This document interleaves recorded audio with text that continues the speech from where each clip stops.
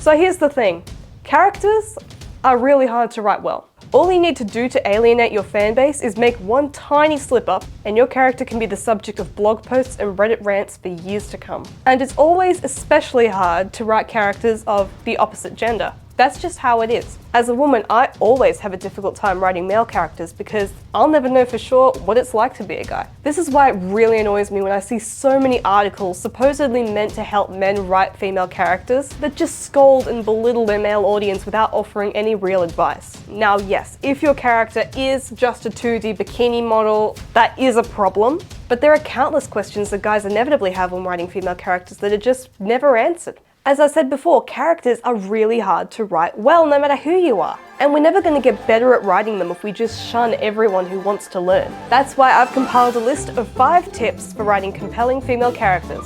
This video is for all aspiring writers, whether you're a man or not, so if you think it could prove useful to someone else, be sure to send it to them. Now let's get into it. Number 1, consider making her strong in ways other than physical. Of course, if your character needs to be physically strong, that's fine. If it's a big part of her character that she's an expert in 5 martial arts, good for her. But it's almost become standard procedure to make every single female character an insanely good fighter, even if it makes no sense given her background. A princess raised in a castle her whole life is not going to know how to use a sword, let alone become a master instantly. More often than not, it's better to give your female characters strength beyond physical. Think of Mulan. She's physically strong, but she has natural limitations. What allows her to win the day at the end is her cunning and resourcefulness rather than her physical prowess. My point is that there are many ways for a female character to be strong, and they're usually better suited. She can be extremely bright like Hermione Granger, she can be exceptionally imaginative like Alice, she can even be remarkably sensible like Elizabeth Bennet. Maybe this will mean she'll have to sit out of a few battles, but it's worth a few minutes of sidelining to maintain believability.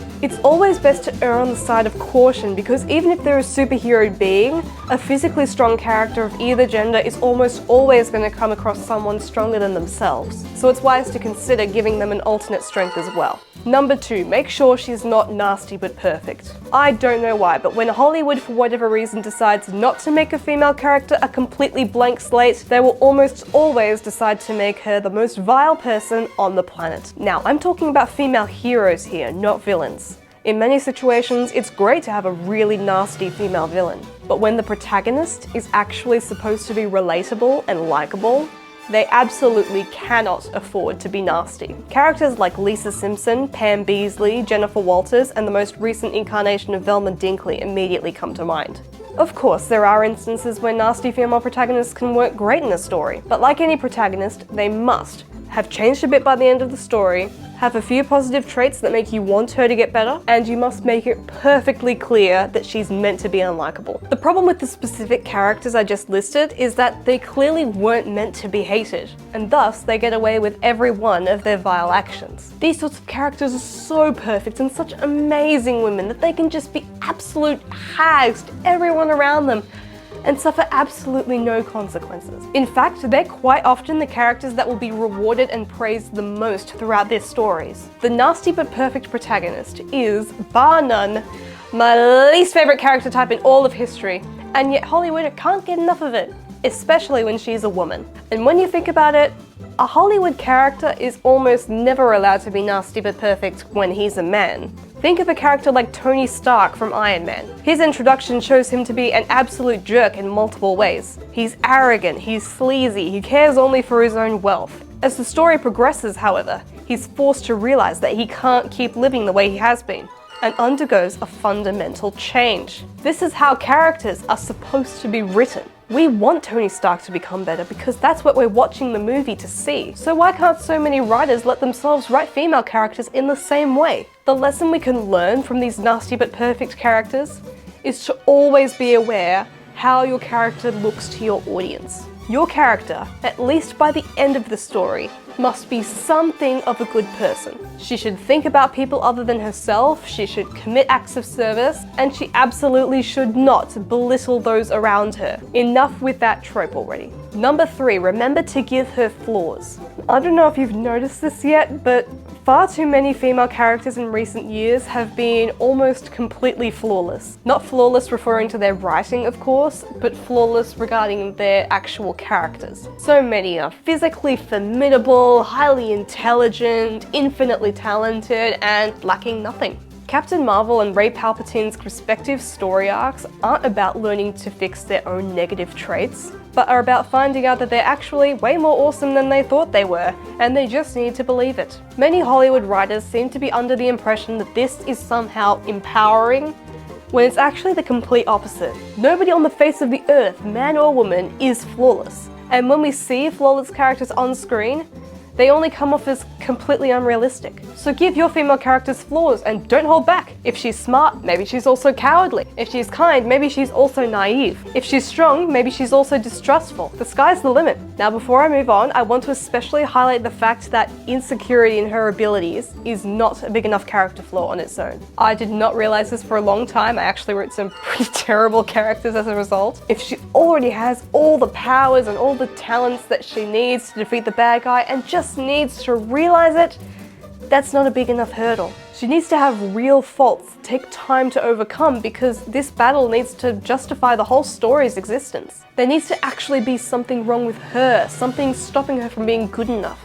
something that needs to be fixed. If you're a guy, don't worry that giving your female character restrictions or flaws is going to come off as sexist to the audience. On the contrary, it's just going to make her more likable. Just remember not to give her too many flaws, because a useless character is often far more frustrating than an overpowered one. Number 4, don't go out of your way to be an activist. So many people will tell you that in order for your story to have good female characters, it needs to have a bucket load of female characters. You may have heard of the famous Bechdel test, but in case you haven't, I'll try to give a brief summary. Basically, the Bechdel test is a way of seemingly analyzing whether or not a work, typically a movie, has adequate representation of women or not. The way it works is with 3 questions. 1, does this movie contain 2 or more female characters? 2, are these characters named? And 3, do at least 2 of these characters at any point have a conversation about something other than a man?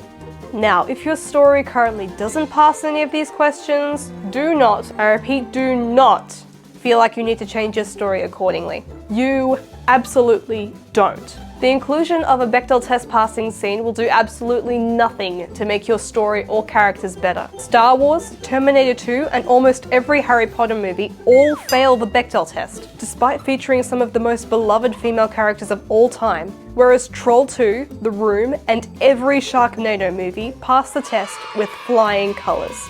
If I haven't made my position clear already, the Bechdel test is sidewalk gum. It's just a distraction. It matters not one iota how many female characters are in a movie, who they talk to, and what they talk about. Even if you can only have one female character, just write her as well as you can.